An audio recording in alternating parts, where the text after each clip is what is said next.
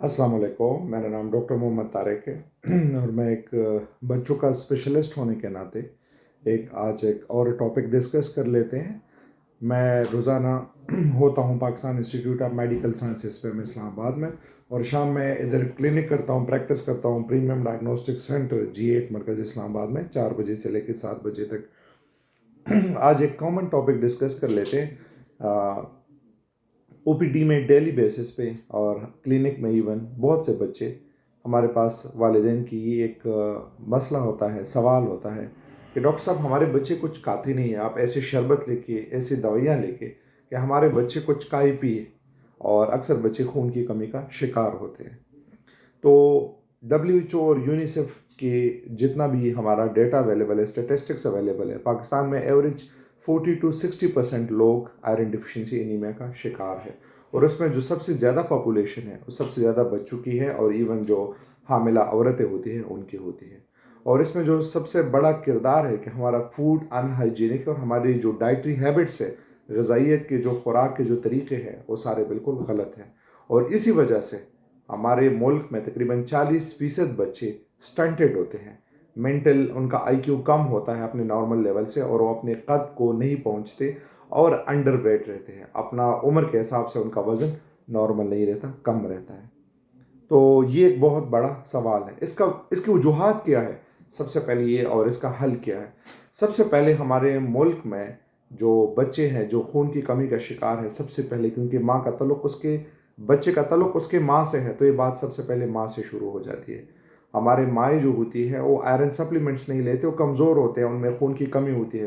तो जो भी बच्चा होगा वो शायद उसका वज़न कम हो या पैदा भी हो जाए, और उसकी खुद ब खुद खून की कमी होगी। दूसरा, हमारा अक्सर बच्चों में जो इस्लाम हमें बताता है कि 2 साल गैप होनी चाहिए, वक्फा होना चाहिए, हमारे बच्चों में वक्फा नहीं होता। और जब माँ खून की कमी का शिकार होगी तो बच्चा भी खून की कमी का शिकार होगा। उसके बाद क्या होता है, जो सबसे बड़ा मसला, जब बच्चा पैदा हो जाता है तो उसको गाय, भैंस, बकरी और पता नहीं कुला दूध और किस किस दूध पे नहीं लगा सकता। जो बड़े मिथ्स हैं, जो हमारे रिवाज है, सबसे बड़े गलत रिवाज, तो इन चीज़ों पे लगा दिया जाता है। और गाय, भैंस, बकरी की दूध में कोई फोलिक एसिड, कोई आयरन और कोई विटामिन है ही नहीं, और जो थोड़े बहुत है भी वो ऐसे फॉर्म में है कि इसको हमारे इंटेस्टीन एब्जॉर्ब ही नहीं करती, हमारी जो आंत है उसको हजम ही नहीं कर सकती। और इसके बाद और जो मसला गंभीर हो जाता है, जब बच्चा 6 माह का होता है तो उसके मुंह में फीडर दिया होता है या गाय भैंस का दूध ही पिला दिया होता है, और हमारे यहाँ रिवाज है कि सब कुछ ही दूध है, तो उसको सॉलिड्स पे, जो सॉलिड गज़ा है, जो ठोस गज़ा है, उस पे लेके आती नहीं है बच्चे को। और ठोस गला गज़ा नहीं के लिए लेके आते हैं। हमारे पास बच्चे आते हैं 12 माह के, 10 माह के, डॉक्टर साहब कुछ नहीं खाता, बस ये सिर्फ दूध पीता है, कोई दूसरी चीज़ शुरू नहीं होता। तो पहले 2 साल जो होते हैं टेस्ट बड्स डिवेलप्स होते हैं, और आपने बच्चे को मुख्तलिफ ग़िज़ा से आशनास नहीं करवाया, उनको मुख्तलिफ ग़िज़ा शुरू नहीं करवाई।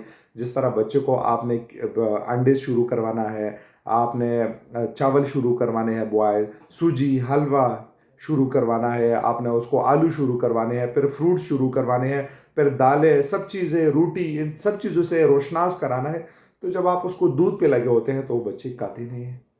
और इसी के साथ साथ हो के हमारे मुल्क में कॉमन वजह वॉर्म्स भी है, कीड़े जो हैं, कीड़ों की वजह से भी अक्सर बच्चों में खून की कमी शिकार रहती है। तो ये सबसे कॉमन वजूहात है हमारे मुल्क में कि हमारे अक्सर जो छोटे बच्चे होते हैं स्टार्ट ही से खून की कमी का शिकार होते हैं। और एक मिथ ये भी है कि जो बच्चा माँ की दूध पे हो तो खून की कमी का शिकार होता है। वो इस वजह से नहीं कि माँ की दूध की वजह से, माँ की दूध का कोई नेमुल बदल नहीं है। वो अक्सर माँ कमज़ोर होती है, जब माँ में खुद खून की कमी होगी तो बच्चे में भी खून की कमी आएगी।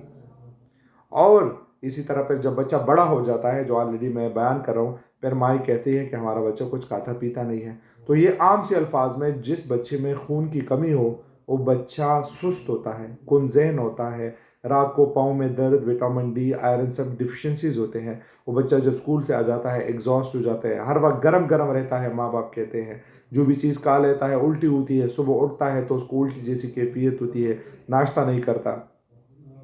और इसी तरह थोड़ा सा भी किसी चढ़ जाता है किसी, या सफ़र ज़्यादा कर लेता है तो उसको थकावट महसूस होती है। तो ये सारे खून की कमी की अलामात हैं।